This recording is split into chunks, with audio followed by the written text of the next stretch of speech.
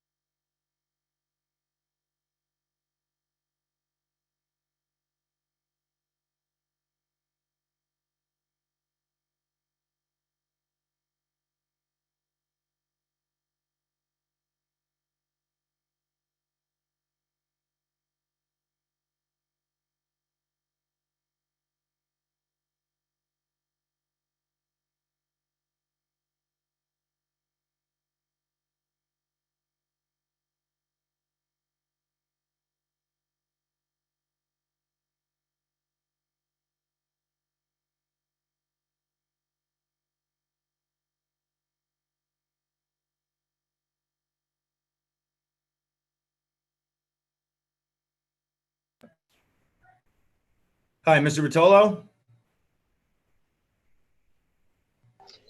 Yes. How are you, Mr. Toronto? I'm good, thank you. Before we get started, Mr. O'Lawson over at Thorn's having a little bit of an issue. Could you send him the link again for him to join? Yes, I can. I'll send it Thank right you. now.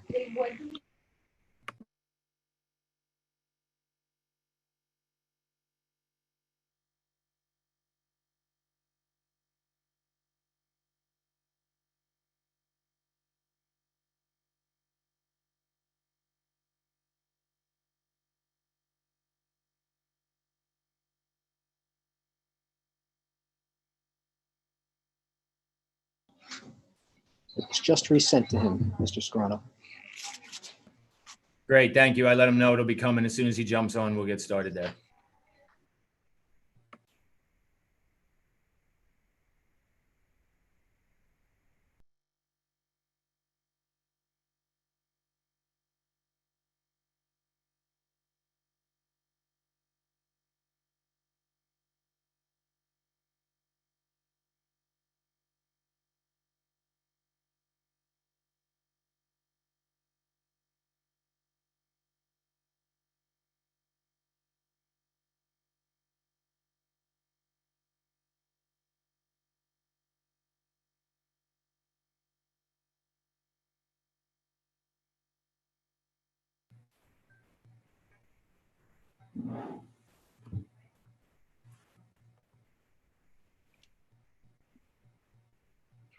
I made it.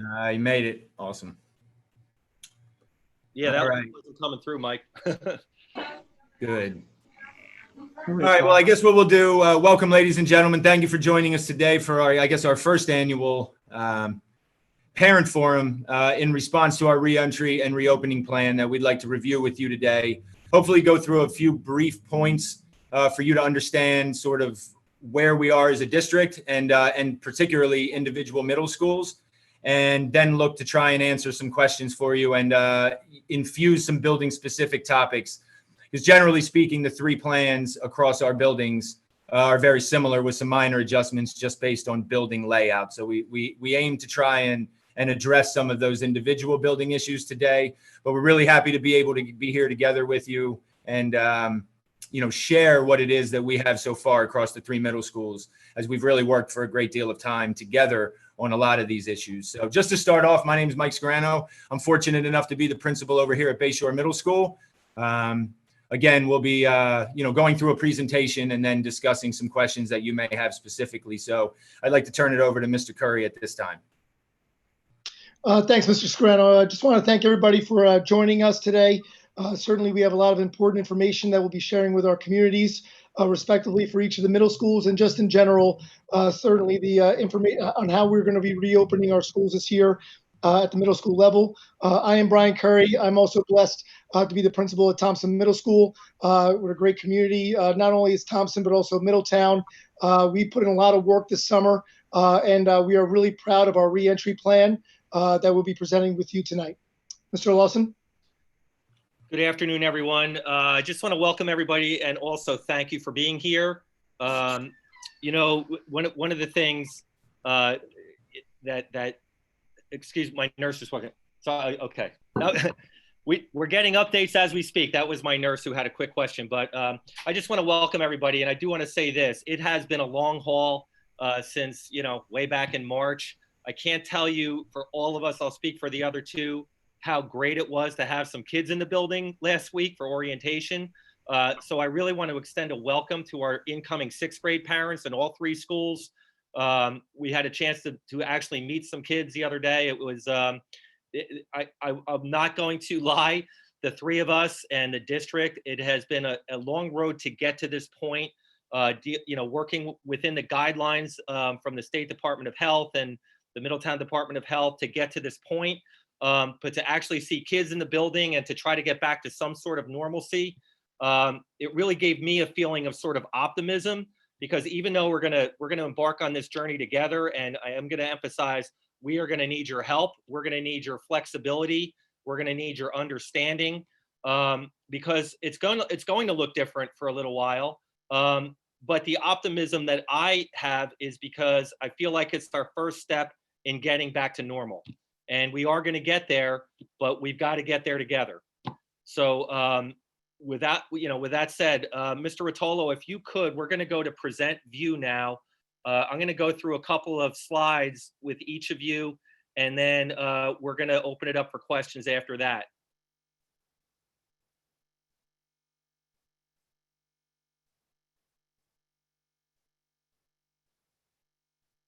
So what we're going to go through now, again, we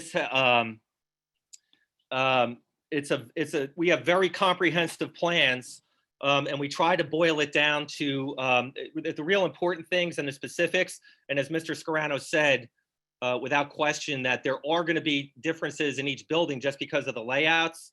Thompson and Thorne's layouts are similar, but our populations are very different in the way we're configured inside in terms of where grades are and that type of thing are different. So we are going to have differences to the plan. So we'll kind of go through that as well. You can go forward, Mr. Rotolo. These are the topics that we broke it down into. We have health and safety, building capacity, operational areas, curriculum, social emotional learning, and special education. So to start off with, the first thing is that when we're hired as building principals, our first charge is the health and safety of everyone in the building. Believe it or not, education is right behind that, but number one is the health and safety of staff and students. And so but what we did have to do, of course, is follow very strict and specific guidelines. So these are not necessarily, these are not Middletown district, these are guidelines that we had to follow based on the state. So health and safety of our students and staff, masks must be worn at all times. Mask breaks must take place outside of the building. We'll get into that in a little bit. Distancing, 6 feet whenever possible. I'm sure you've all probably heard that. When not possible, desks should be turned to face in the same direction. So this is a real big point of emphasis. There are, throughout the 3 of our buildings, there are classrooms that are over what you would call the capacity to be able to maintain that 6-foot distance, but that is okay as long as desks are facing forward and masks are being worn. Then according to the State Department of Health and CDC guidelines, that is acceptable in terms of health and safety. So I just wanted to make that clear. Hallways marked with signage to ensure social distancing. I was fortunate to have ESY here. So I had signage before the other guys did, but, we have there are arrows on the floor that, students have to say, stay to the right and maintain 6 feet distance. There's constant reminders, and we still have more signage to go, but there's going to be reminders throughout in terms of, just so kids have visuals, to keep reminding them about social distancing. As we know, middle school kids, and we even saw that in the orientations, they are rambunctious. 6th graders in general are very hands-on. I mean, that's always kind of the way it is. So it is going to be a challenge, but we have to keep hammering that home that they have to maintain social distance. One-way grade-specific stairwells and hallways when applicable. We put when applicable because, again, that is a situation where our buildings are a little bit different. What I've done at Thorne, for example, is have grade level stairwells. And again, all of this is to try to segregate the population as much as possible, to mitigate as much as possible. I'm going to be honest, nothing is going to be perfect, but it is about mitigation. And I think that's a word we've heard over and over again.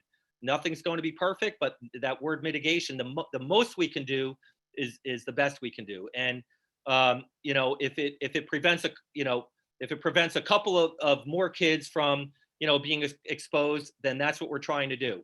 So in my building, for example, the stairwells that I am using for grade level would be different than perhaps Mr. Curry's based on where his grades are. Mr. Scarano has a completely different building configuration, so his stairwells will be different in the way he does it. I could jump in there real quick, Mr. O'Lawson, and just speak for Bayshore and say we do have grade-specific stairwells. We always have.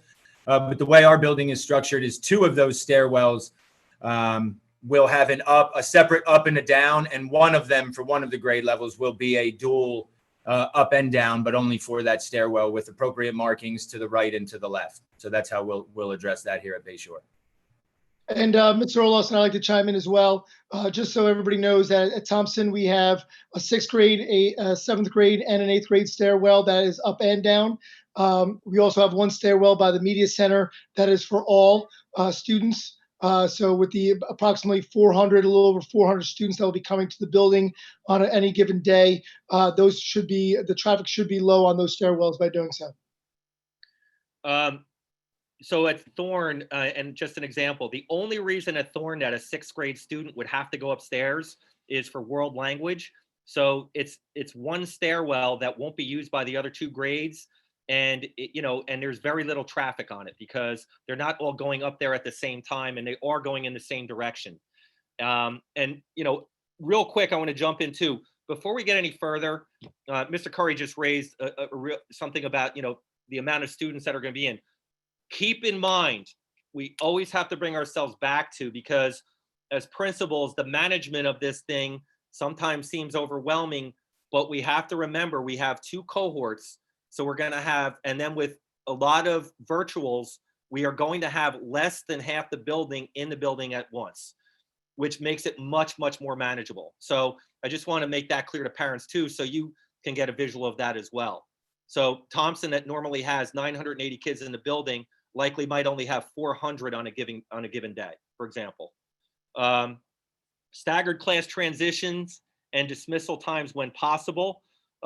We've discussed that amongst the 3 of us a lot. I will say this, there are some things that, we said this a lot when we adopted the middle school schedule a couple of years ago. There's some things that we're going to have to live before we know what's the best way to do it. And there's enough, like, as of right now, I don't see staggered class transitions as being effective. Mr. Curry always points out that if you do that, on the other end, you have another class that hasn't left yet and a class that kids are going to. And so that could create like a traffic jam, and we're trying to avoid that as well. So, but it's something that once we see the flow of the building, we could revisit. And none of this is like, right now this is the plan, but we're going to keep looking at this and see the best way to do it. Once we get kids in the building, and the other thing I would add is we finally have teachers back in the building as of yesterday. And I can tell you that having more eyes on the situation, I've already heard a few things that's a better idea. Like, hey, Tom, I think this might be a better way to do something because they see things from a different perspective out there. So these are works in progress, but as of now, at Thorne, we are not planning staggered class transitions. We are looking at staggering dismissal times a little bit. We're still working on that. We may do it by bus, and then have walkers go separately, but we're still trying to iron that one out. I don't know if you guys have any thoughts on that. Yeah, I do. I would jump in. Oh, I'm sorry. Go ahead. So at Thompson, we are looking very similar. We're always worried about that 6th grade class being staggered out while waiting for an 8th grade class, while going to an 8th grade class that's in session. And then there's going to be congregation in the hallways while waiting for that one class to be released. But we are looking at, again, very similar to what Thorne is doing with a staggered release at the end of the day with, students that are being picked up by car, walkers, and with buses are in arrival as well.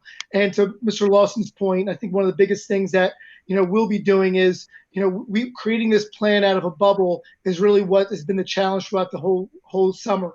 And nobody's lived through a challenge like this before. So we'll constantly be evaluating and monitoring everything and adjusting as we need to adjust to whatever may be best for the safety of the students. So we're using a similar procedure at Bayshore. We will be dismissing our buses as they arrive. As that time, they come in at staggered times, which we'll need to see because they're different each year, which buses arrive at which time by a couple minutes either way. But our plan is to dismiss those in a staggered schedule so that kids aren't waiting by the bus lines, where riders and walker students will be dismissed at the bell because they will be able to get on their way from there. So very similar procedure. And as I said before, personal protective equipment, all staff and students must wear masks at all times. Teachers and secretaries provided with protective shields. Just to give you an example of a new procedure, We're avoiding, this is a brand new thing that teachers got yesterday, where there's an icons where they can sign in from their classroom, and that's so they don't congregate in the office to sign in the morning. And so that was a brand new thing that we just started yesterday, and we're going to continue to come up with these new ways to sort of, alleviate any time of clusters of people or that type of thing, and maintain social distancing. So, Mr. Rotolo, if you could advance that. These are a list of the types of face coverings that are acceptable. And again, these are based on the guidelines. So, I know this was kind of a big one and a big question about it, but if you notice on the bottom, it says types of face coverings not permitted, neck gaiters are not permitted. And the ones on top, we have in our buildings a backup of surgical masks. However, it's not really, it's not a supply that we can, listen, supplies are not, they're tight, all over the state. So we are really encouraging. And I noticed at orientations, all the kids had masks. Not one did not have a mask, and we appreciated that. So we have to have masks come from home, and they need to be wearing them at all times. You can advance, Mr. Rotolo. Okay, cleaning and disinfecting. Custodians will clean the building and touch points throughout the day. I had an opportunity, again, because of ESY being in the building, to really see this in action. And I have to tell you, on behalf of all three of our buildings have never been cleaner. The custodial and maintenance staffs have done an incredible job this summer, like a monumental task to get all these buildings completely deep cleaned like they have never been cleaned before. And I can tell you, during ESY, because custodians, as students were moving, custodians were like right behind them, wiping door handles and that type of thing. Deep cleaning will occur daily after school hours. Student desks will be cleaned between classes. Teachers will spray student desks, and students will wipe them down. The product that we're using is completely safe. It's environmentally safe, but that's going to be the procedure. And there will be hand sanitizer in each classroom, and also in the hallways, in each class, right outside of each classroom or in the hallways.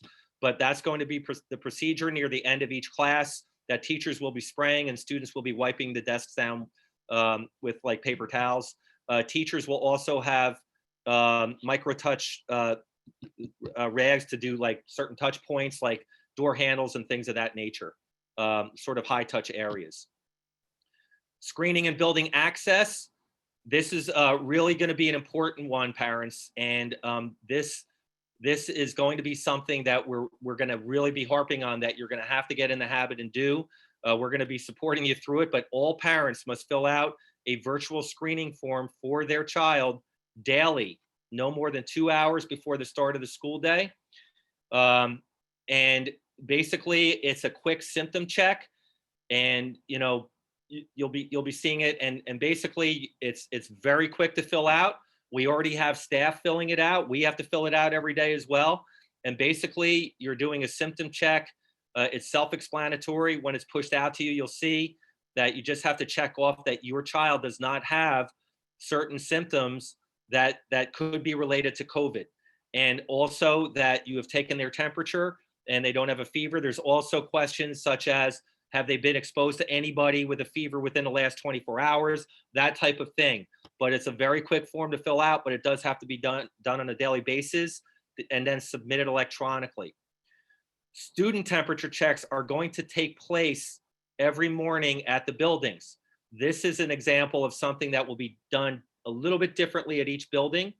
At Thorne, for example, I'm going to have 6 different entry points, and we're going to get into this a little more as we talk about this.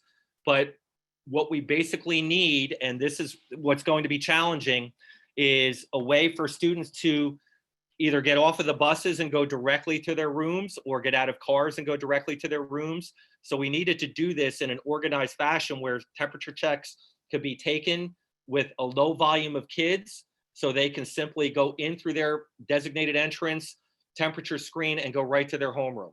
And we'll get into a little more of that as we go through this. you know, I will give you an example of something that could happen. I think it happened at the other buildings as well, maybe. But during orientation, we did have 2 students who were over 100.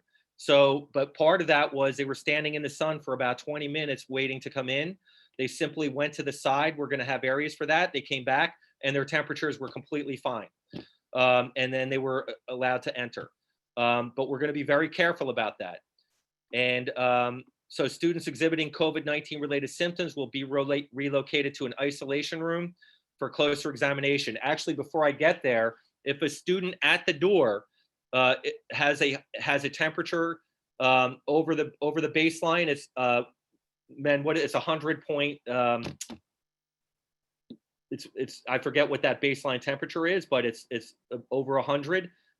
They actually are not. They're going to be going to a different location than the isolation room, and then the nurse is going to check out symptoms, and we will do another temperature check before we potentially have to either send them to the isolation room, which I'll get into in a minute, or call parents and have parents come and get them.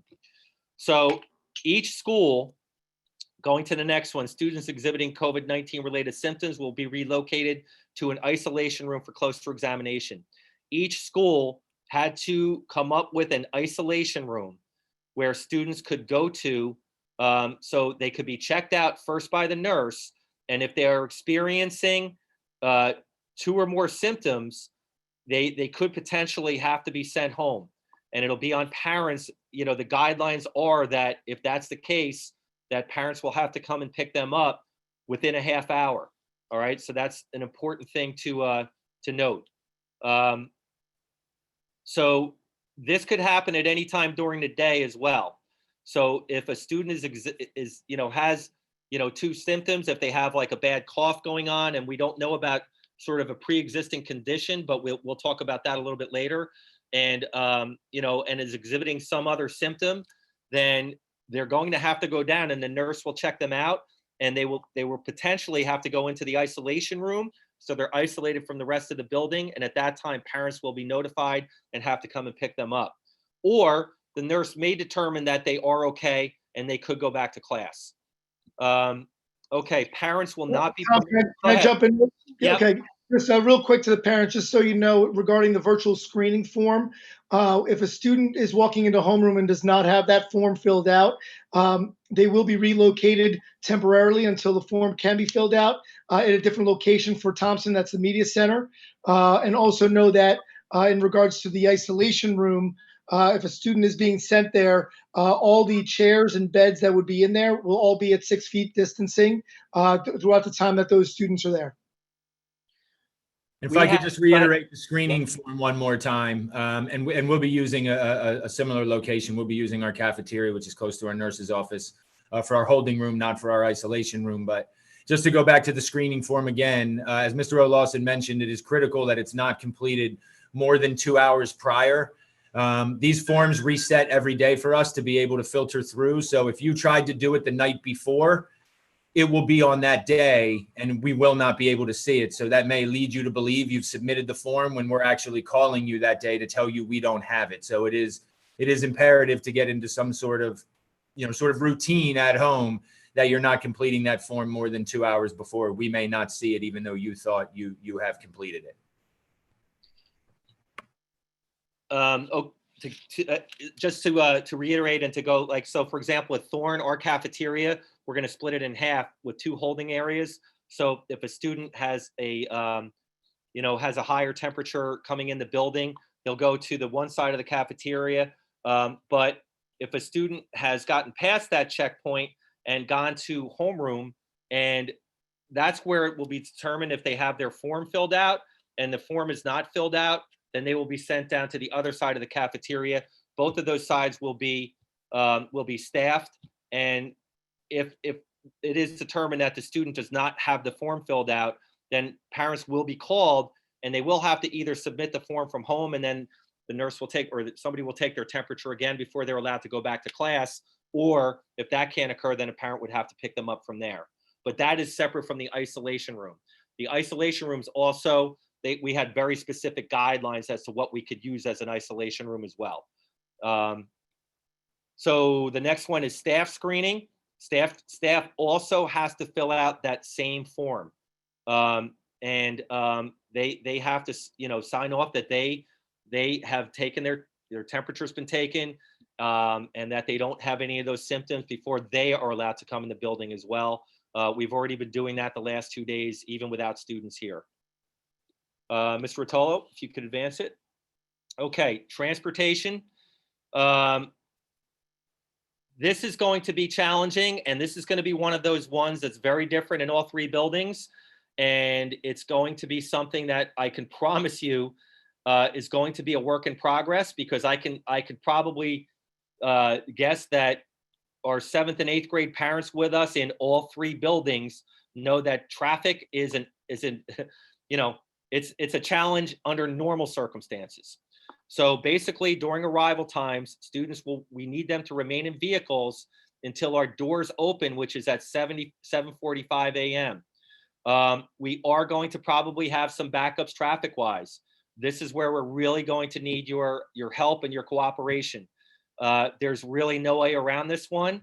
And I can tell you, I've looked at traffic patterns in every building I've been in, for years, and at Thorne, this is my 11th year. And it can be challenging on bad weather days under normal circumstances. So we're really going to need your cooperation with this one. And again, as I mentioned before, there's going to be specific entry and exit points where applicable for students. I'm going to have 2 for each grade. There's going to be 2 7th grade access points. There's going to be 2 8th grades and 2 6th grades. I won't go into what those are right now, because I'll be, I'll get that out to my community going forward. Men, if you want to, I don't know if you want to go into yours at this point. Or want to, push that out at a later date. Yeah, so for Thompson, just in general, just to stay generic, and I'll push some more information out. Bussers and walkers will enter through the front 2 doors of the building. We'll have staff out there directing students where to go in regards to whether or not they're upstairs or downstairs. Students that are coming in, being dropped off by a parent or from a car, there's 2 separate entrances. So we'll have 4 separate entrances for the students, 2 on the side for people coming in with cars, or students coming in with cars, and 2 in the front for bussers and also walkers with that. Again, we'll be doing temperature checks outside. So certainly there will be slow progress with all of that as students are coming into the building. We're using 3 entrance points, one's for each grade level, which will take our students directly, for the most part, to typically where they're used to going on our regular entries. We usually have 2 student entrance points, and this year we will have 3, just dividing our 7th grade to their own entrance, which will provide them the opportunity to go directly upstairs or stay downstairs if that is where their community classes are. And that will allow us to have a temperature screening at each door with staff outside to help line the students up for a seamless entry into the building. So we will be using 3 entry points for those students that we have, and we should not have more on any given day than 100 students per entryway. So we think we will be able to manage that. But I think looking at the time of 7:45 is going to be critical in order to get them in, because any drop-offs sooner than that may pose some difficulty with supervision outside. And to give you an example of, again, Thompson and Thorne are the same exact building, but I only have 7 buses, and Mr. Curry has, I believe, 18. So we have to do, I can do things a little bit differently. I can allow some traffic into that bus lane. I don't know if that's the plan of Thompson, but it presents like another challenge because he has, way more buses. And I know Mr. Scarano has a completely different bus loop, and he also has more buses than I have. Let's see, we are speaking of buses will be sanitized after students exit. I can tell you during ESY, that's exactly what occurred.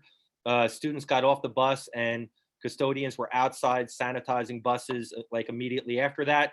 So for the next run, because as you know, our runs go from elementary to middle to high school, or actually that's in reverse in the morning. But that's the way the buses will be sanitized for the next group of students. Classrooms, again, students are seated 6 feet apart when possible. When that's not possible, as long as desks are forward and masks are being worn, that's perfectly acceptable. Sanitization supplies will be available, and students will keep belongings with them and may use backpacks. So as you all know, that is a departure, but from the past, that we are going to allow students, of course, to have backpacks and carry with them throughout the day, but we are not utilizing lockers, and we are also not utilizing phys ed lockers. So I'm just going to say this before I don't know if this is in a different slide coming up, but in terms of phys ed, they are not going to be changing. We don't have lockers. So on the days they have phys ed, they should wear comfortable clothing just like they would in elementary school. Again, so backpacks will be allowed. I still would recommend, highly recommend, that if they could use the smaller backpacks, the string backpacks that they often use just for their phys ed clothing, that's probably, the least cumbersome way they can do it, the better. And that would just be my recommendation. Yeah, and just to add to what Mr. Lawson was saying as well, one big thing to remember is, we want to give these kids their lockers.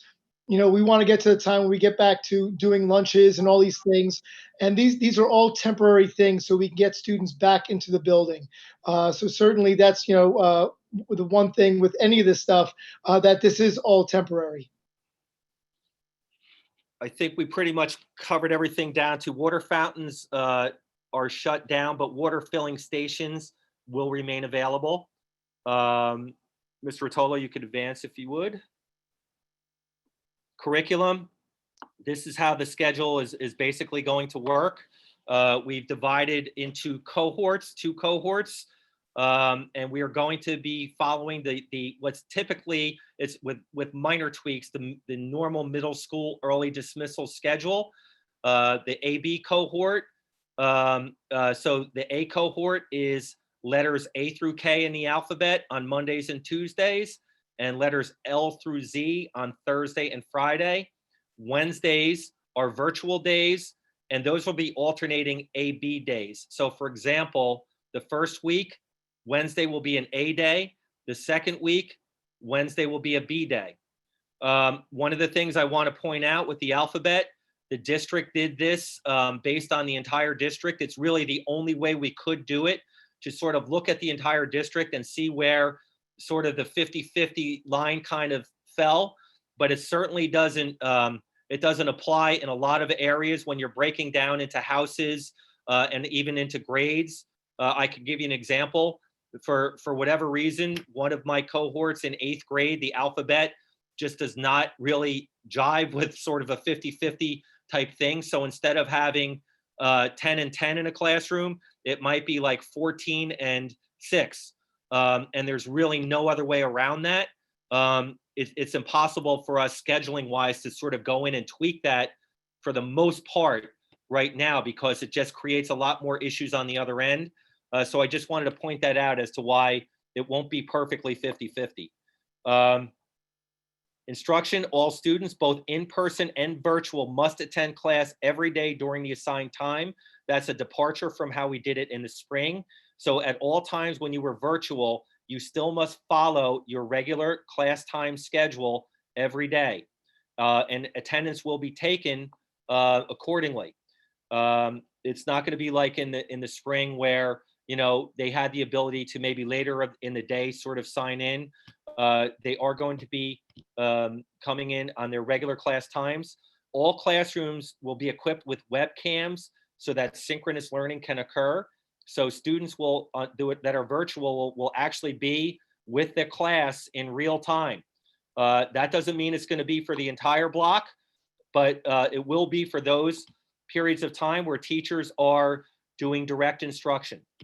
So it's very important that students follow that virtually as well, that they attend those classes on the regular class times. Traditional grading procedures will be implemented. As I said, daily attendance will be taken. In the afternoons, teachers are going to have office hours available on a regular basis. There's a lot of things that are going to be taking place in the afternoon. Teachers will have the ability to go back and meet with certain groups of children, but they also will be available for those students who are maybe virtual and needed a little more assistance. It's going to be sort of a catch-all of those types of things, but teachers are going to be still instructing throughout the day and also having office hours so students can get in touch for extra help. There will be like intervention available and all types of other things along those lines. We are yesterday, today, tomorrow, teachers are getting extensive professional development. We are constantly trying to improve, especially virtual learning. I think, it's pretty well known around the county that Middletown was a leader in how well we did virtually and being able to turn to it basically over a weekend almost last year in March. But we know that we can always improve, and we are continuing to really try to improve that virtual piece. And also teachers becoming accustomed to doing both at once, to being virtual while they still have kids in the room as well. Guys, if you have anything to add to that. We're good? All right, Mr. Rotolo, if you could advance. Social emotional learning is a huge part of what we're doing, but that's even before the pandemic hit. As you all are probably aware, our learning design teams throughout the district last year, there was a major emphasis placed on social and emotional learning. And that's something that's going to continue, but certainly adapted to these different circumstances that we're in. We had a keynote speaker yesterday that addressed a lot of this with the entire staff, the entire district staff. And then we're going to be meeting again with our learning design teams. We have a list of supports here that our 7th and 8th grade parents are already aware that these are available. The one thing I'm going to say about this, and I'm not going to read through this, but for our 6th grade parents, it's really important. For a skill that 6th graders lack coming in is the ability to advocate for themselves. It's something that we work on a lot, but we need help from you. There is always an adult to speak to. There's always somebody to go to about any kind of issue that they are having, but we have to get them to advocate for themselves. But this is just a list of all the supports that are out there. And at the bottom, as you're all probably aware, we are in the process. You'll be getting information really soon about these, about scheduled times, but we are having re-entry meetings with every student between September 8th and 10th. The goal is to have at least one of the students' teachers or counselors that are able to speak to them. These are going to be 10 to 15 minute or so meetings where we just want a chance for somebody from here to be able to speak to your child and to you about any concerns that you have, but also to provide a little bit of guidance, to provide some of our expectations, to make sure that your child's okay coming into the at the beginning of the school year. Those types of things that will be part of the conversations that will take place next week, September 8th through 10th. So stay tuned, because I think the three of us are in the process of still getting some of those time slots out to parents. Yeah, you should have from Bayshore. You should have you want to check. We may have sent them out all differently, but from Bayshore's perspective, you should have your children check their school email. We're trying to get our students here to be in the habit of checking their school issued email. So the invites from the teachers will be going out today and tomorrow to your child's school email address. That way it all stays within our domain. So if you can have your children or check it for them, their school email address, you will find an opportunity to select your meeting time depending upon the teacher that you have. Yeah, ours from Thorne will be going out tomorrow. So that should be set up before the weekend. And they're going to be Tuesday, Wednesday, and Thursday. And you'll have the ability to select a specific time slot that's pushed out to you. Ms. Rotolo, if you could. Okay. Special education. Students enrolled in special class programs will attend school 5 days a week. And all students will be following that early release schedule. I believe this doesn't apply to Thompson, but Mr. Scarano and myself, we have We have special class programs. I have the behavioral disabilities program.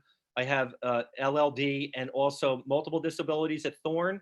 So those students will be in 5 days a week.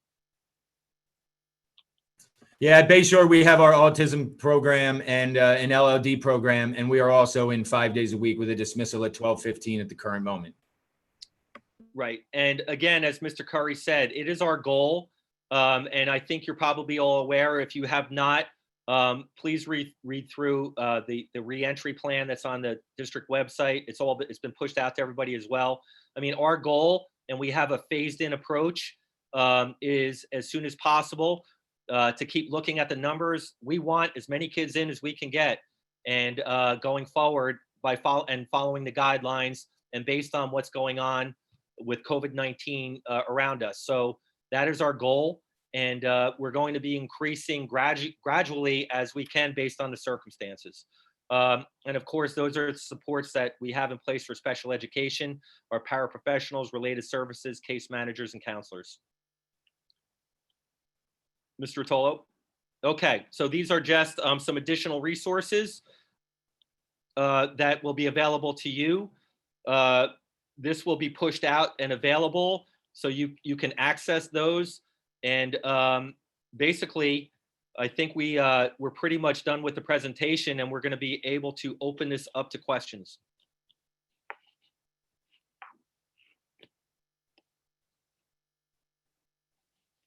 Okay, sorry for the delay, guys. So for those who are unfamiliar with how our Board of Education meetings work, if you hover your cursor at the bottom of your page, you'll see the Zoom dashboard expand. And on that dashboard, you will see a raise hand icon. They look like a hand. They even say raise hand. That's how you're going to raise your virtual hand, and you'll be entered into a queue. We'll then bring you into the room to ask your question, make your comment, and we will go in order. So we will start with Vera Paisecki.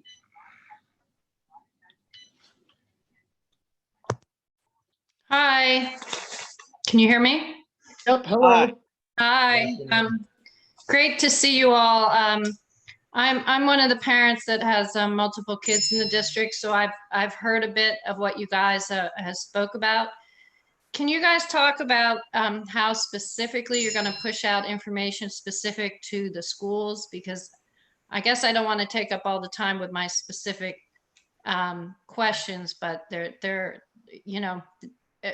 entry, dismissal, walkers, supply lists. When you're talking about kids now not having lockers, I mean, I had a hard enough time with my daughter in her backpack when she had lockers with the weight of books, things like that. And then also my other question, particularly to Thompson, was with almost 50% of the classes not being socially distant. Can you just give us an idea of what that means? Does that mean there's an extra 1 kid in the class, or is there an extra, 5 or 6, or how that's working? Thank you, guys. Absolutely. Thank you for being on. And those are some really good questions. First of all, for Thompson, our teachers are currently working on a virtual supply list. They just returned the other day, so they're putting that together through a Google form that we're going to be putting out as links to the parents. So I will be sending out a blast probably, if not as early as tomorrow, but at the latest on Tuesday, so that every parent can click on their teacher's name and be able to see the supply list they have. Note that, obviously there's going to be some supplies that may overlap, like earbuds or things along those lines. That means that the student will only need 1 and that sort of thing. But that will be coming out, like I said, either as early as tomorrow, if not as late as Tuesday. Student lockers, we will love to give students their lockers as soon as possible. But that's all going to be based on the guidelines. For the time being, students will need to wear backpacks. Teachers are working to do a lot of things in regards to handouts virtually, so that we can minimize the most we can with how much students are carrying, and then expect next week to be several phone blasts that will articulate some specifics for Thompson in regards to our plans to prepare for the parents and for the students. And then last but not least, it's right now, it was at 55% that we're over. Our guidance counselors and my assistant principal has been working really hard, where we're down to 40.1% of the classes that are over. But we do have some raw numbers in regards to that, where we have some classes that are 1 over, 2 over. We have some that are 4, 5, 6 over. So that is the case in that. And to Mr. Lawson's point, there are, it's that imbalance, that in some electives that students are choosing, or honors classes, or special ed populations, or just in grade levels, it's not an even 50-50, that AK to LZ is not perfect. And based on students' programming and things like that, there were those constraints where we were not able to do that. So that is some of the, I think I answered your question. So just to jump in, at Bayshore, we try to communicate weekly, or at least when there's a collective amount of information to share out. So we'll continue to do that through email. I would encourage our parents to go into PowerSchool and just check your parent contacts and your email addresses, because that's likely the reason why you're not receiving, the emails that we are sending. Typically what we try and do, it's worked for our community last year, and we'll try to continue that this year, is to consolidate the information. Sometimes it translates to a very long email, but this way you don't have to get multiple emails throughout the week where you may lose some information or not be able to find it. Our PTO has also been very, very helpful in taking those emails that they get and pushing them, to the various Facebook pages and social media outlets. So that'll primarily be how we will share our information with our parents throughout the course of the year. And Thorne, similar to Bayshore, there's probably a lot of information that's going to be coming out early next week. More specifics about, for example, which students go to which doors and those types of things. There's things that we're still working on with our guidance counselors.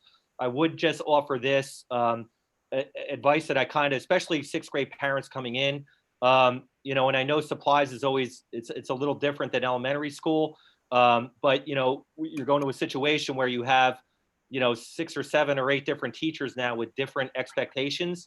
So I wouldn't get a lot of stuff in the beginning, just you can wait and see what you're going to need. Like, I wouldn't go out and buy like 8 notebooks or anything like that. That type of thing in terms of supplies. You also please check, I guess, all schools' virtual backpacks and websites, just for additional postings where information will go. But I'm sure many of you do that already. Next is Rachel Knopka. Hi, everybody. Can you hear me? Yes. Awesome. Yep. Thank you. Thank you all for doing this for us and giving us an opportunity to ask questions. I really appreciate it. I know how much work has gone into this, so thank you also to you guys and all the pandemic response team members. I know it was a beast all summer. I have, I think, 3 questions, so I'm just going to read them one after the other, knowing that I'll get muted after I finish talking. My first question is honestly my most important one. My 3 kids are going to Thompson this year, and I recognize that 40% of the classes are going to be, to some degree, over capacity. Will I have any way of knowing before I send my kids on the first day of school how many of their classes are over capacity? So how much risk am I letting my kids step into before I actually send them to school? That's my first question.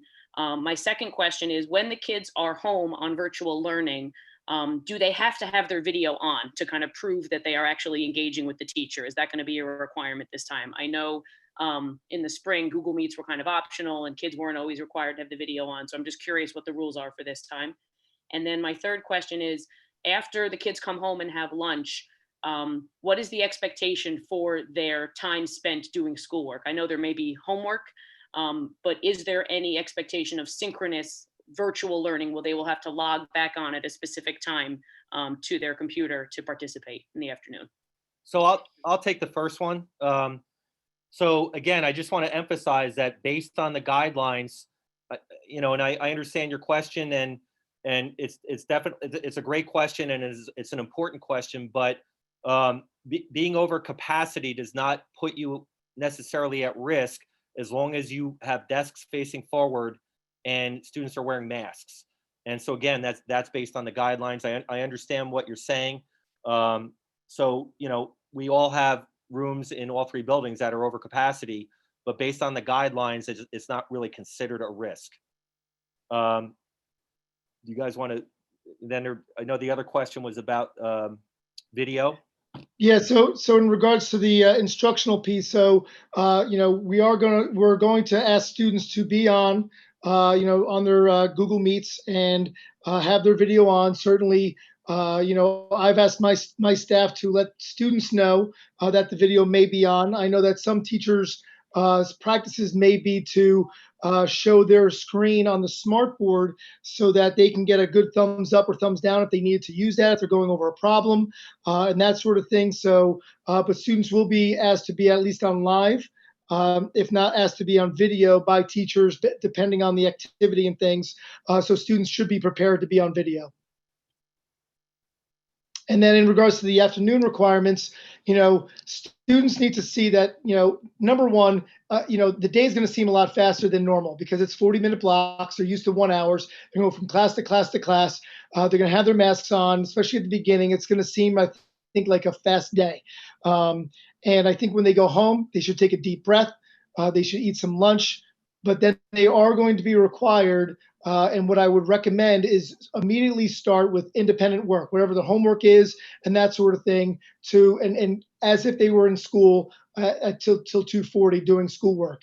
Know that I know in all of our schools we have a lot of students to get to for small group instruction, for intervention, for maybe like reading clubs and things like that. So students may not be asked every day to be there. But certainly they may be asked throughout a week or weeks or whatever. The synchronous education is is designed for the in-person and student at home. That's really what that synchronous is. So there won't be any asynchronous learning during that time, but there will be live meetings with teachers at that time now. So I would say that as an expectation, it is to be available. A lot of this is going to be dictated really by the teachers' expectations in terms of work that they're giving them, but also we've kind of scripted out an afternoon for teachers at what specific times. Like, for example, we didn't want an overlap where math teachers were competing with language arts teachers at the same time, so we've kind of scripted that out. So teachers in specific grade or subject areas can specifically reach out to students if they want to reach back and do small group type stuff, or reach back to the virtual learners or that type of thing. But really, as an expectation, it could be any and all of the above, but they do need to be available. Yeah, I would echo reinforcing them to get in the habit early on of joining those classes in the afternoon is going to help keep the routine for them as things transition and change. So I think we would all definitely encourage that. And certainly if they're not with a teacher doing their schoolwork would be really important because teachers are available at that time. So by doing their work right then, and they're hitting an issue, they can then reach out to the teacher in that afternoon, instead of in the evening when they would be doing their homework. Okay, next is Martin and Kelly. Hi, can you hear me? Yes. I think this will be a simple one for you. You had noted about a health screening form. Can you confirm that this is a hard copy form that the children need to physically bring to school with them, or is there some electronic method to send that over? So I can take that. I think all of our schools will be sending out an electronic copy for parents to do electronically. However, there will be an option to bring in a paper copy if that's what's best for you in your situation. We will be prepared to accept those when the students come in, or we will be able to see based on our form which students were able to complete it. The teacher will be able to filter the names of their class when they verify them, when they enter the building or enter their class after entering the building. And that will give them an opportunity to see who it's completed. If it's not on that, then they should bring a hard copy form so they have both options available to them. But we would certainly try to encourage, when possible, using the digital form as to just eliminate any additional degrees of contact. Just to provide a visual for that. So if you think of a teacher who likely probably with half, with the two cohorts and with virtual learners removed, it's going to be a much smaller number in terms of management. So if I'm a teacher, I may have 9 or 10 or 11 kids that I have to manage. And by the time those kids come to that first period, the teacher will have already had a list generated where they'll know immediately what students had not had that form submitted, or if they don't have the hard copy. And in that case, the students would then be sent down to wherever that holding area is. And in that holding area, that will be staffed by either a teacher or a paraprofessional, most likely. And it will be simply a radio to the main office who will call the parent and say, hey, can you submit the form electronically? Or if not, could you come here and fill it out? And then we do a temperature check.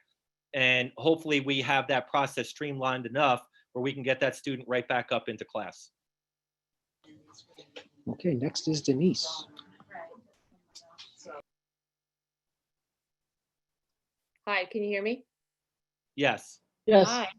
First, thank you so much to all of you and all the staff that have been working on this all summer on Thompson's pandemic response team. So I had a firsthand look at how much work has been done. So it's much appreciated to get the kids back safely.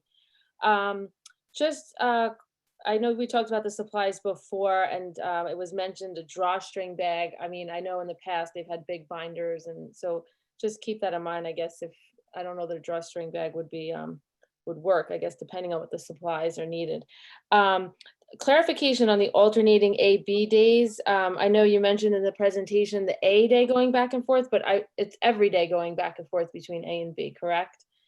And then the extra help, I guess the teachers will post like when they'll have extra help office hours, because I'm assuming there's no before school extra help at this point. So those are my questions. So yes, the teachers will be communicating out with their students either through their classroom or when they're in person as well in regards to what their office hours are, or if they're pulling them in for some small group instruction. So each teacher will manage that as well. The way the A and B days work, we have the two cohorts on Monday and Tuesday, and Thursday and Friday. So Monday, Tuesday is A and a B day. Tuesday and Thursday and Friday will be an A and then a B day.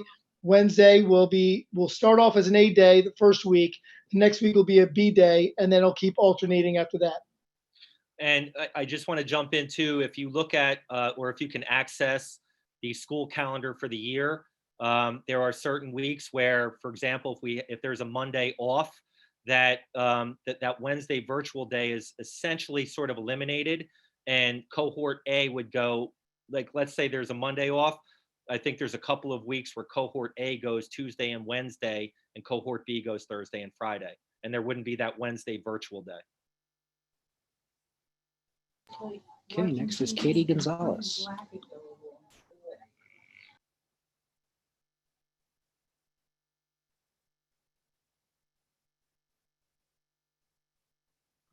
Sorry. That's okay. Thank you guys for all your hard work and that of all your staff and the the response teams.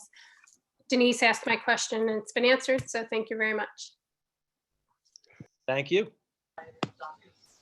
Okay, next is Catherine Sprague. Hi, good afternoon. How are you?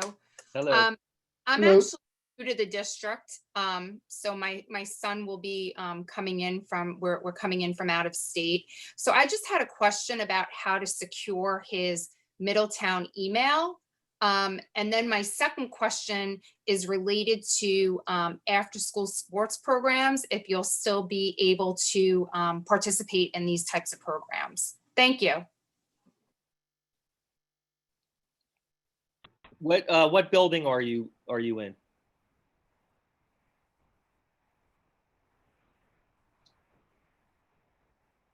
Oh, I'm sorry, Thompson. That's okay.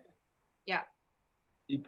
Mr. Curry, you probably have to. Yeah, so if you'd like to email me, just shoot me an email, and I will get you hooked up with the right people to make sure that you can secure that email. And as it stands right now for athletics, our fall athletic season is scheduled to be a go. It's a consolidated season taking place all in the month of October. So we're certainly excited to be able to, offer that to the students.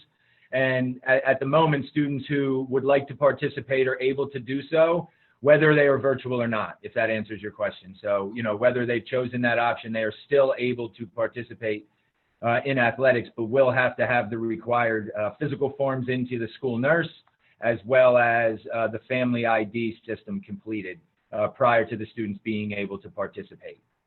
And I would look for those seasons and meetings to eventually be pushed out probably various ways across the 3 schools, but as soon as the students get back. Seeing as though the students get back in mid-September and the season is due to start in October, we're very much looking that when the students get back, there will be a lot of information, delivered to them in terms of the sports season starting very short after their arrival to the school year. Okay, next is Carrie Ercolino.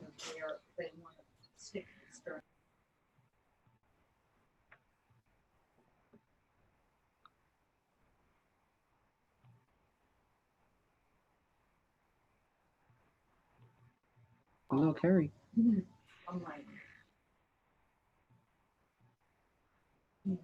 looks like Carrie may be having some technical difficulties.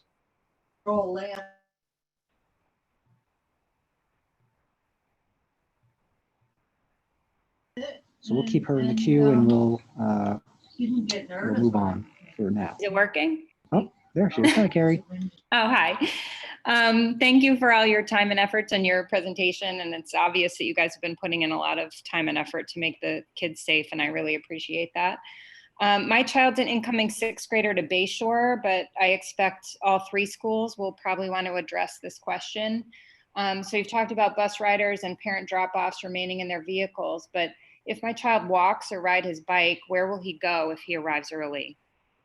So I can tell you here for Bayshore, if he does arrive early, as a 6th grader, he'll be directed to his 6th grade door, which if he was here for the orientation we reviewed with them is the exact door. And then once they are at that door, they will start to be lined up. So, him trying to find his timing to arrive as close to 7:45 as possible would be advisable.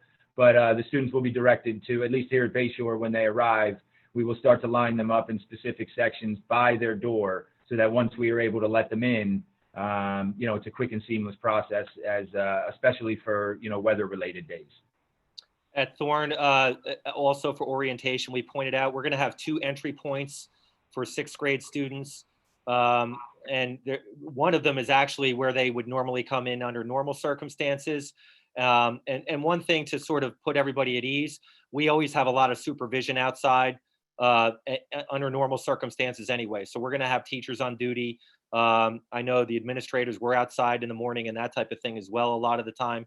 So there's going to be a lot of directing of traffic and showing kids where they need to be. Yeah, just echo the same sentiments that Mr. Lawson had said. Next is Eric Sposito. Hi, guys. Can you hear me? Yes. Yes. Great. My question is revolved around the IEP program. My son was in Leonardo Elementary School, and he was in the IEP program beginning in the 2nd grade right up through 5th. And as part of that program, there was an individual that my son was able to go to if he had any questions or concerns or needed any help with any of his schoolwork. So I was wondering, in regard to Bayshore, how that was going to work, when we will be informed who the individual IEP instructors are and how we're going to reach them if we need to access their services. Yeah, your case manager for, as an incoming 6th grader has already been set. That's Miss Dawn Packrell. If you have any difficulty reaching her, and that would be part of the transition team as they transitioned him over from Leonardo. That information would have been shared at that time. And he has a grade level guidance counselor as well, Miss Silvestri, all of which you can see on our website, but you can certainly shoot me an email if you need their contact information directly. But they would already be aware, of his particular program and have had a transition meeting with his team from Leonardo. Those happened at the end of last year as well. Okay, next is Austin.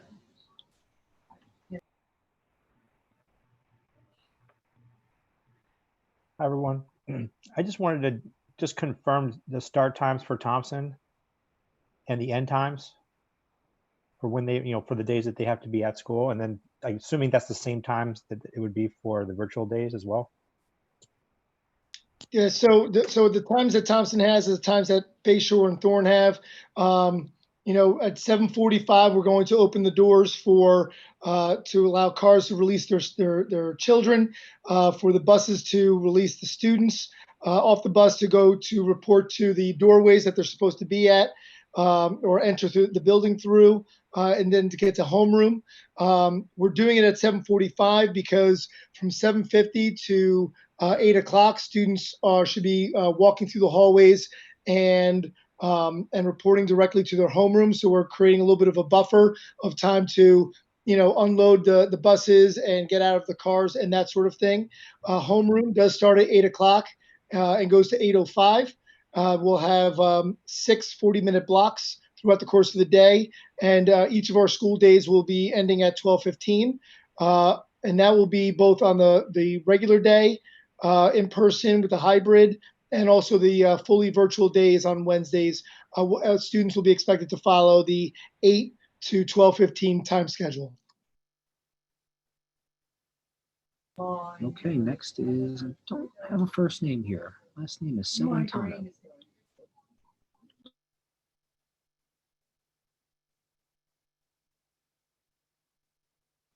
Okay, sorry, I had to unmute. This is Chris Celentano. My question is about the quality of the air. Will you be installing HEPA filters, or will there be fans to circulate the air out during the day or at night? What's the plan for clean air, since you've been already concerned with clean buildings?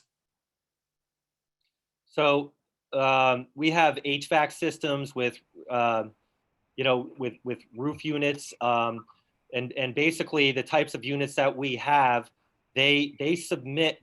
There is a regular exchange of fresh air into classrooms repeatedly, throughout the process.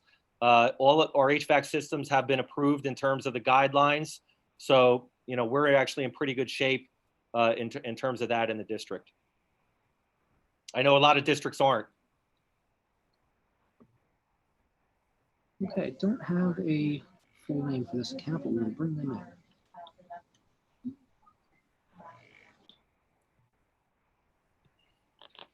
Afternoon, gentlemen. How are you? Hello.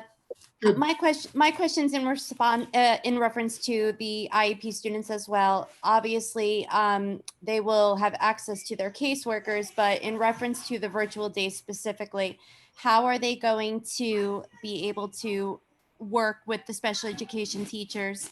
How are they going to have access to them when they are live streaming? From my understanding, the teachers aren't going to be able to interact with the virtual students, because obviously they're focusing on the students in the classroom.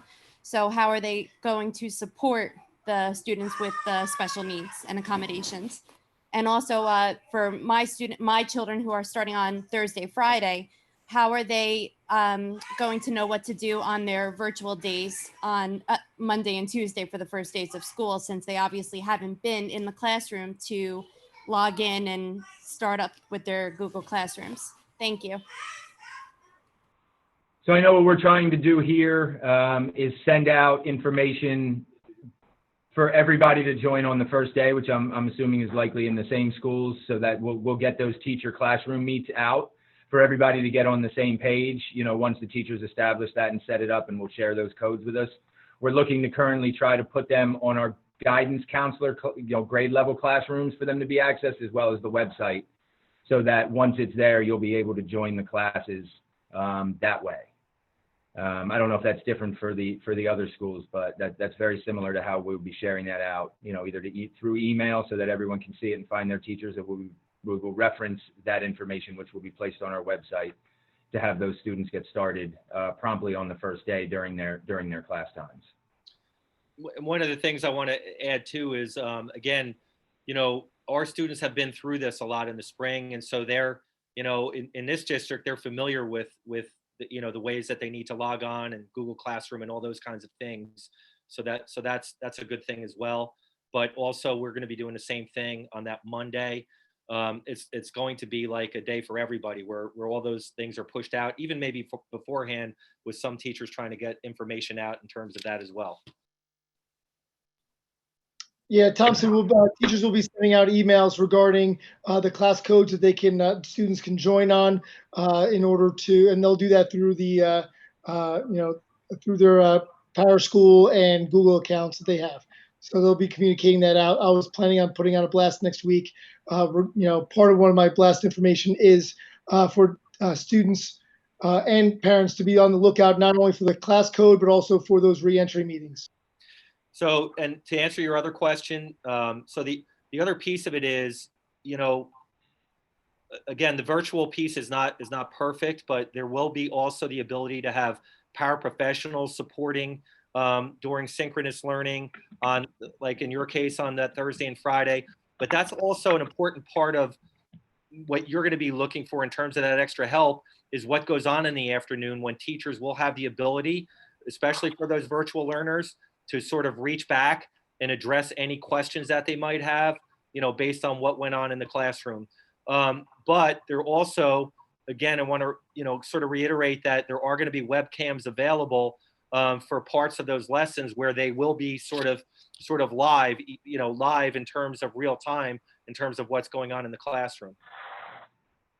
Yeah, the afternoon time should be used as an opportunity to make the students who maybe aren't in person that day and are virtual to priority, to be able to check in with them to see if they can have some individual time with the teacher, much like the students that were in person for that day. So that's a preliminary structure for that, to make sure that they get that support and those needs are met. Okay, next we'll bring in Sue Newman.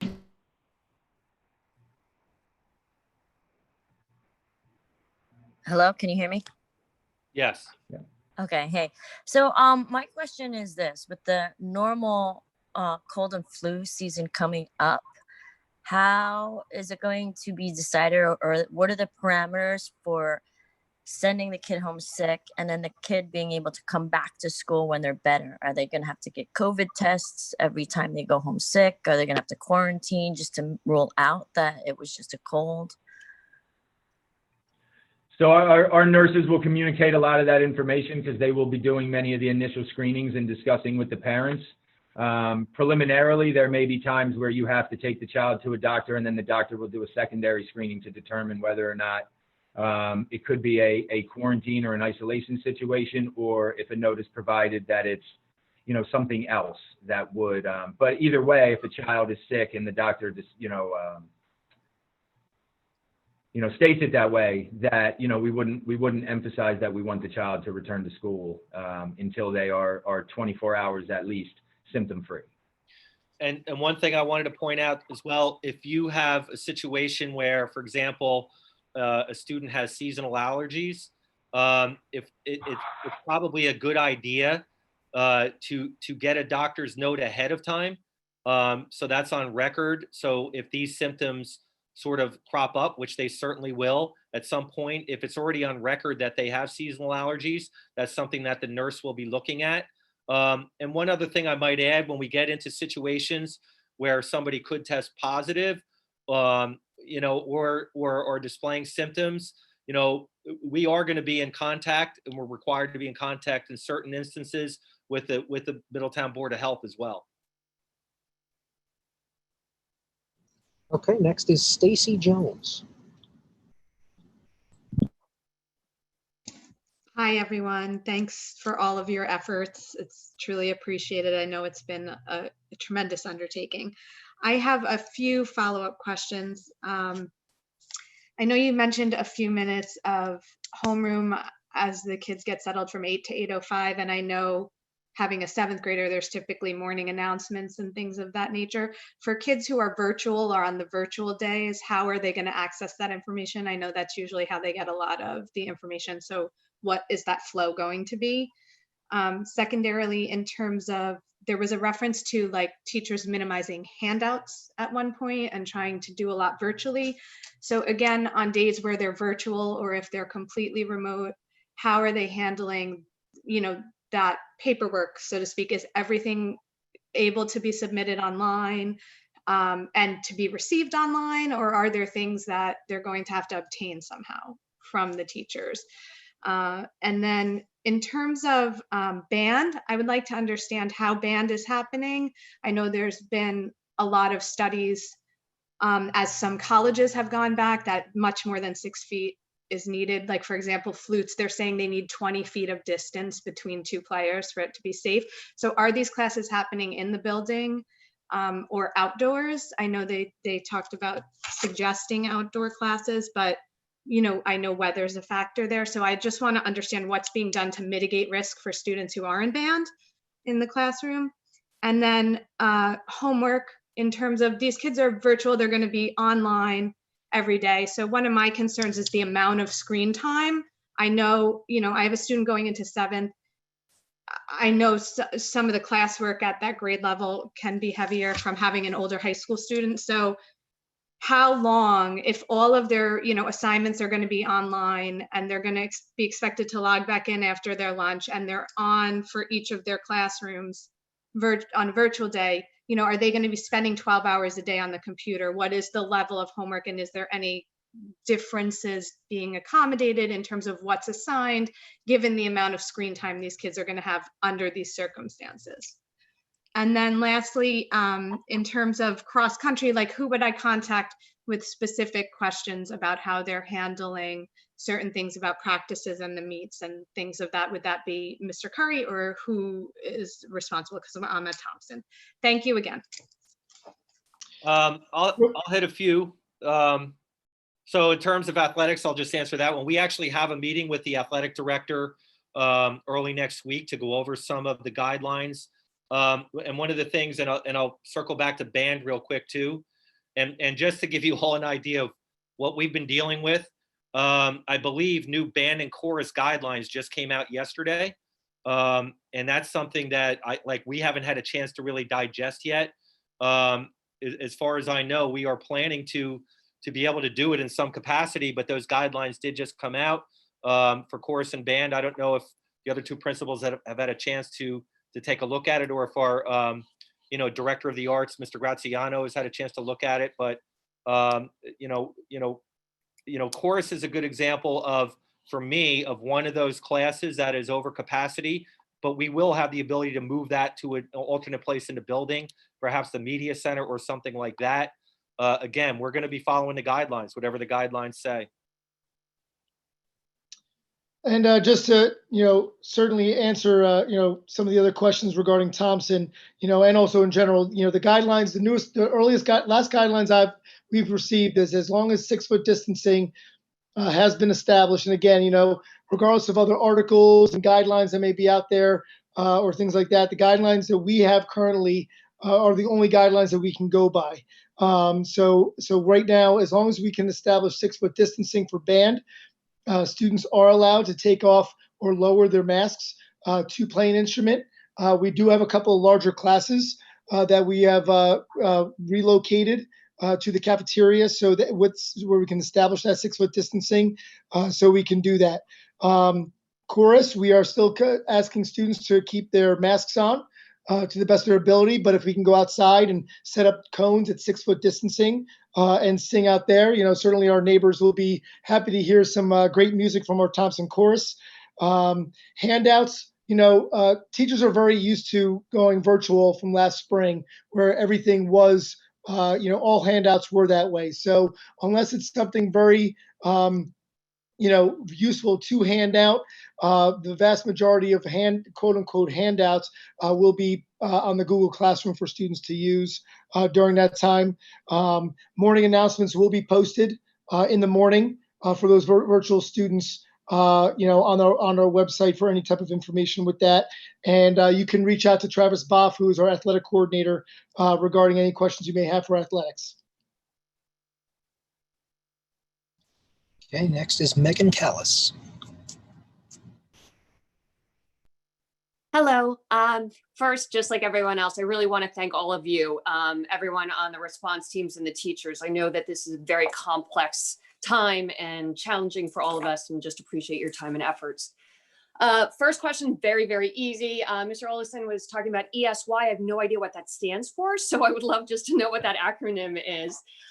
Second one, a little more complicated. Obviously, as we all know, the studies indicate that with children, a lot of times they have COVID and potentially are spreading with being asymptomatic. Very challenging and difficult for a school system to address. I was wondering if there was any potential for doing,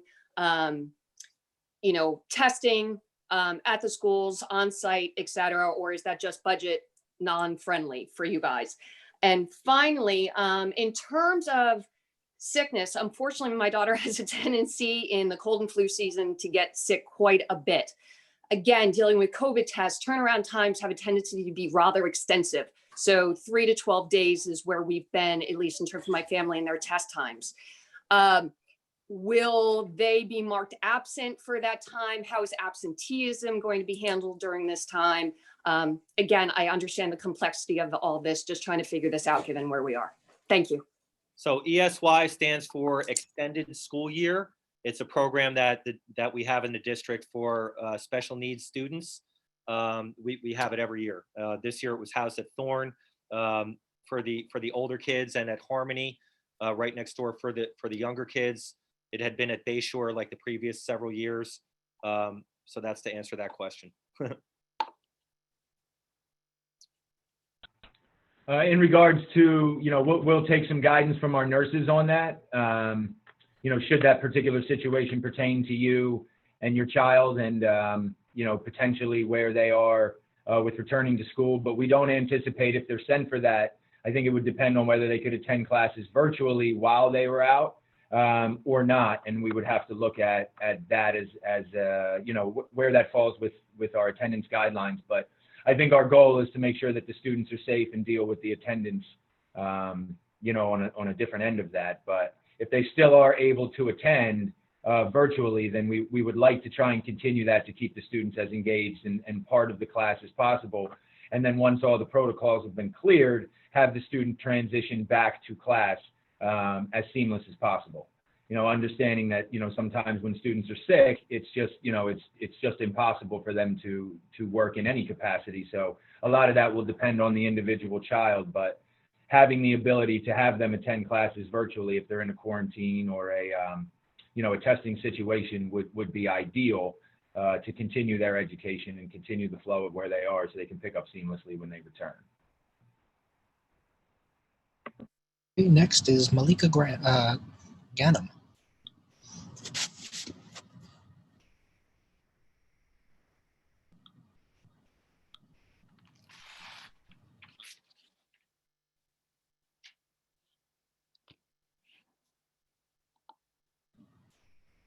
Hello, Malika.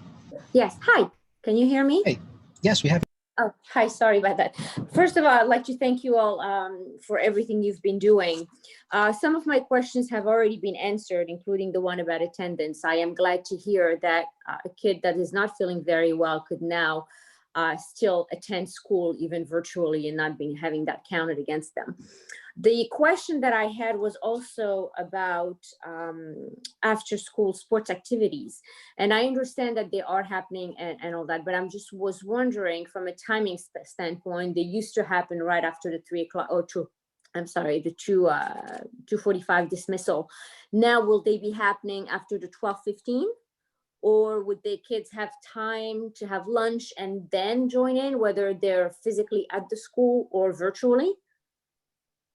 Yeah, students who participate in the sport at this time, while we're on our hybrid and remote entry, will need to make sure that in doing so, they're able to have transportation back to the building to participate at 2:45, because they will be going home and there's still classes that will take place. So each individual coach will work out their meeting place and their timing for when they need their students back for practices and games, indoor games. But all of that would take place after the 2:40 time. And people will have to build that into their daily schedule to try and transport their students back to the building for those athletic events, with pickup time at the end of practice to take them back home whenever that may be, depending upon the individual sport. And virtual students are allowed to participate as well. In terms of that transportation piece, and we know that's a challenge for parents to, students get home and then they have to get them back there by 2:45. But it's just one of those things that there's no really way around that one. It's unfortunate that it has to be that way, but it kind of is what it is. And that has happened in the past when we've had professional development. It just, unfortunately, it hasn't been as regular as this. Doing it one Wednesday every couple weeks isn't as big a deal compared to trying to do it every day. So we do acknowledge that would be a challenge, but some people have experienced that in the past if you participated in middle school sport. Okay, next we're going to bring in Heather. Hello, can you hear me? Yes. Hi. I had a couple questions. I was wondering if you could address how the Wednesday is, what it's going to look like. Is it the kids just doing like assigned work from earlier in the week? I'm assuming there's no live meetings. And are teachers available on Wednesday if kids need help? My other question was answered already. So I'm just down to my Wednesday concerns. So Wednesday is really going to be exactly the same as any other day. They'll still be instructing in the same way, but it'll be virtually. It'll be the same schedule. Students will be expected to attend during those class periods. It's just that the ones who are in person will be doing it virtually. The teachers are still going to be teaching at the same times Wednesday that they would be the other 4 days. Okay, next is Ginger Dwight.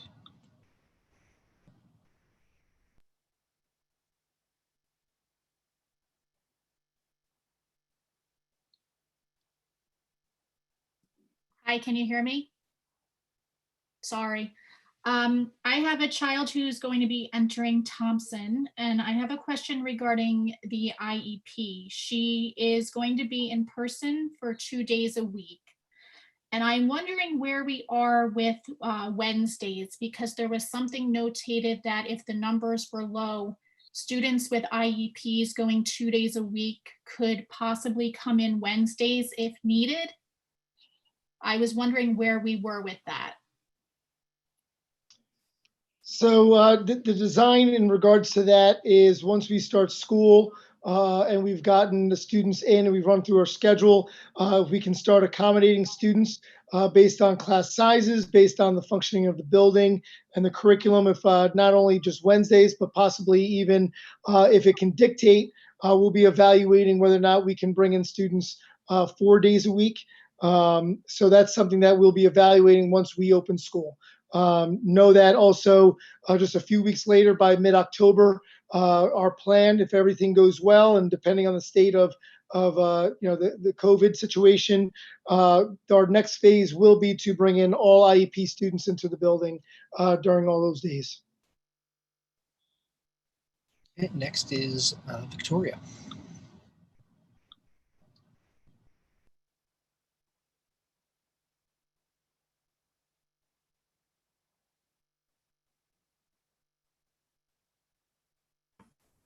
Hi, can you hear me? Yes, we have you. Hi, I just want to say thank you to everybody for putting this all together and all the hard work that everybody has done over the summer. A lot of my questions have been answered, but some still have not. First off, when there is bad inclement weather, how are you going to get the children in and take their temps? Are there tents provided outside the doors for extreme heat or rain, snow, etc.? Will there be clubs such as drama club, yearbook, student council, or any of that after school programs still being done at the middle school level? What were my other questions? Also with the IEP, somebody had already asked, but I don't feel that it was really answered. My child has an IEP. She has a push-in for some classes and she has a pull-out for another. So to my understanding, what you're saying is that if she's not going to have that one-on-one help that she gets during the regular class, she has to come back on and redo that class later on as well. So doing double the class to get the help that she is required to meet her academic requirements for that class. Or, will there be simultaneously somebody that will help her during when that specific subject is being taught? I don't know if I'm making any sense. Let's see what else. I think that's all I have right now. And also, how do we go on and see the classes? She still has all her fifth grade classes in Google, so I don't know how that works. Will they just automatically be there one day or in her Google Classroom, or is there somewhere I go to find out the codes to get into those classes? And I believe that's all I have to ask right now. Thank you. So in terms of the IEP question, you know, all the supports that a student would normally have when they're here will be available in a virtual sense. And what I mean by that, for example, if a student has a personal paraprofessional when they're here, when that class is going on virtually, that personal paraprofessional can give that individual help virtually and reach out individually. And if there is an in-class support teacher, well, that in-class support teacher in a regular education setting has a smaller group of students that they can work with individually, virtually as well.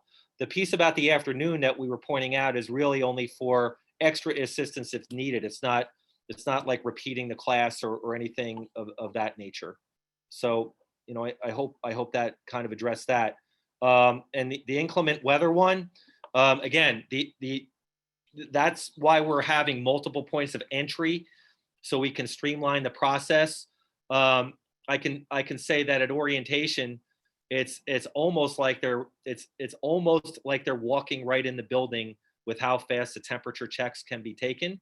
So it's not going to be perfect, but it's the best we can do. We are not going to have tents at Thorne, would be problematic. And the thing about tents is with social distancing, you can only fit like 1 or 2 people under a tent anyway. But tents are problematic because of anybody who's been here. And, you know, once we get to like the colder months and the amount of wind that blows through here, securing them would actually be more dangerous than actually having them. So weather is just something we're going to have to do the best that we can with. That's why we're trying to streamline it where there's it's like drop off and then entrance, but it is going to require holding kids in cars a little bit longer, you know, and that's just the way we have to deal with it. In terms of buses, you know, the way we're doing it, buses, kids come off the bus, they're not congregating outside, they're going directly to doors and hopefully temperature check and right in. We're just going to have to do the best we can. Yeah, we'll, you know, unlike the orientations, we won't have to collect student documentation forms, the student screening forms at the door. So that should even be faster than, you know, it would have been then because we don't have to collect forms. It's a temperature check and then they are right in. So to Mr. O'Lawson's point, the 7:45 time is critical so that they can start to transition and then we'll get them right in the doors at those various entry points. And I do know you asked about clubs. We are currently still hoping to have our clubs and activities, although they very well will likely take place virtually, much like they did at the end of last year for those students who participated, to try and have those clubs and activities for those students, much like we would any other year. Went back to the inclement weather, and I just real quick, under normal circumstances, like if an 8th grade student gets dropped off, they get dropped off on the side of the building, and they do have to walk around to the front of the building in whatever the weather is. You know, I can say it, the way we're doing this now with more entry points, most students will actually be closer to entry points than they were under normal circumstances. I believe you had also asked about the codes for classes. And as we mentioned, our goal is to try and share those out once all of the teachers have entered their Google Classroom code. So you'll be able to reference those teachers that your child has individually. And then you'll have those classroom codes to join where the information will be.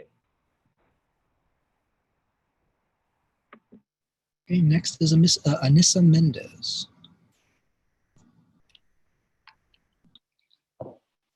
Hello? Hello, how are you? Can you hear me? Okay, great.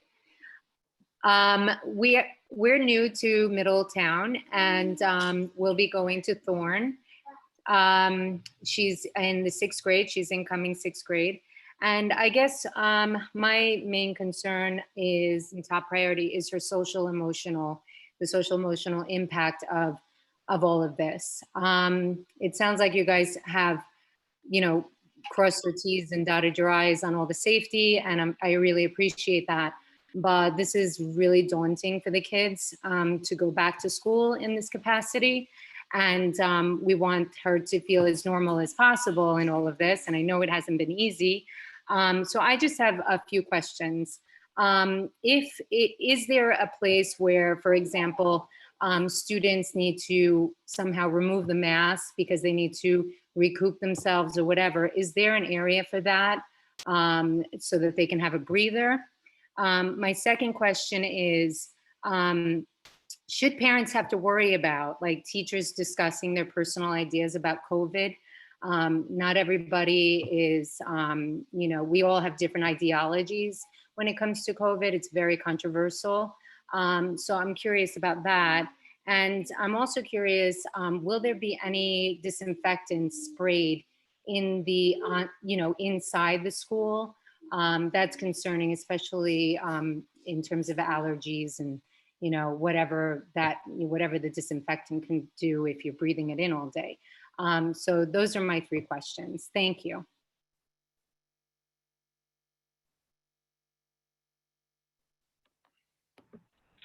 So in regards to the disinfectant, yeah, part of the plan is for, at the moment, for for this, there will be disinfectant sprayed nearly every period in the school for students as they disinfect the desks that they sit at as part of the reentry plan that was established. So in addition to that, at night and in critical touch points throughout the day will be disinfected by custodial staff just to ensure that we are trying to mitigate any risk that is there. So what we would also do is emphasize if you have certain allergies or need certain accommodations to relay that information to your individual school nurse so that we can verify those and look to put a plan in place if necessary. It's also going to be helpful if the nurse has that information, like was mentioned earlier, on file so that if certain symptoms are present that are consistent with those pre-existing conditions, that helps to try and direct which way the student will go, whether they need to see a doctor or, back to class or wherever that may be. It would be important to communicate that information, directly to your school nurse, and we'll get that guidance from there. I'll address the counseling question. So middle school in general, under normal circumstances, and I can definitely speak for my colleagues. There is a heavy counseling component under normal circumstances. The addition last year of our learning design teams, which were really the basic, the major emphasis in throughout the district, but specifically in the middle schools, was really on that social emotional piece and building climate and those types of things. And so, again, as I said earlier, that's something that we'll be pivoting to and adapting. Our counselors are well aware of how students are going to be feeling coming back from this. It is probably our #1 concern.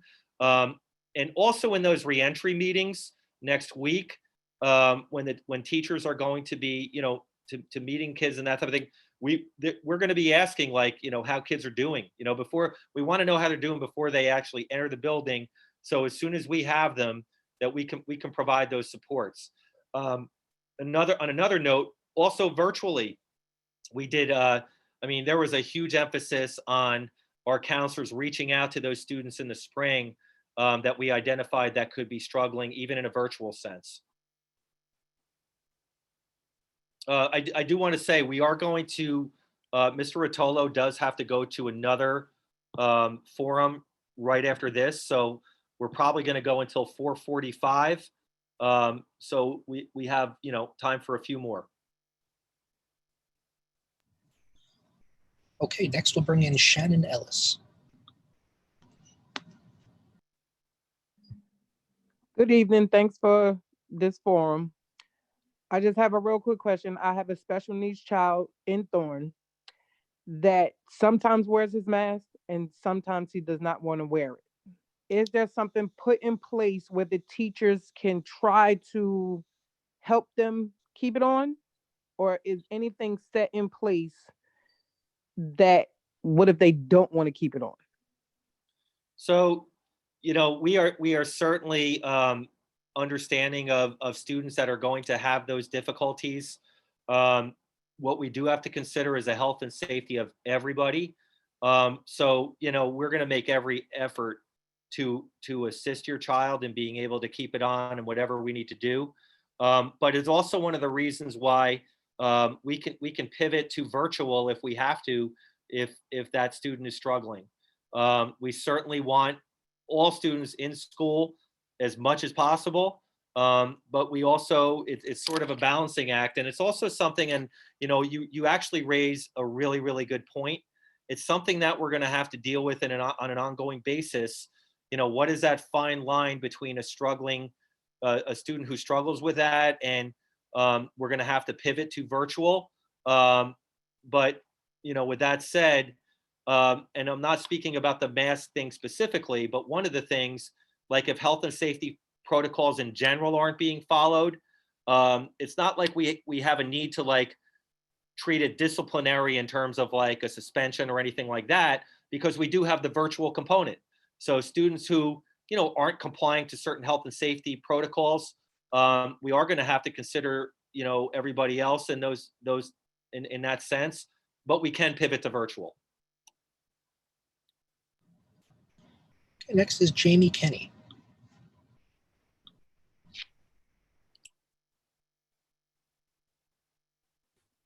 Hello, can you hear me?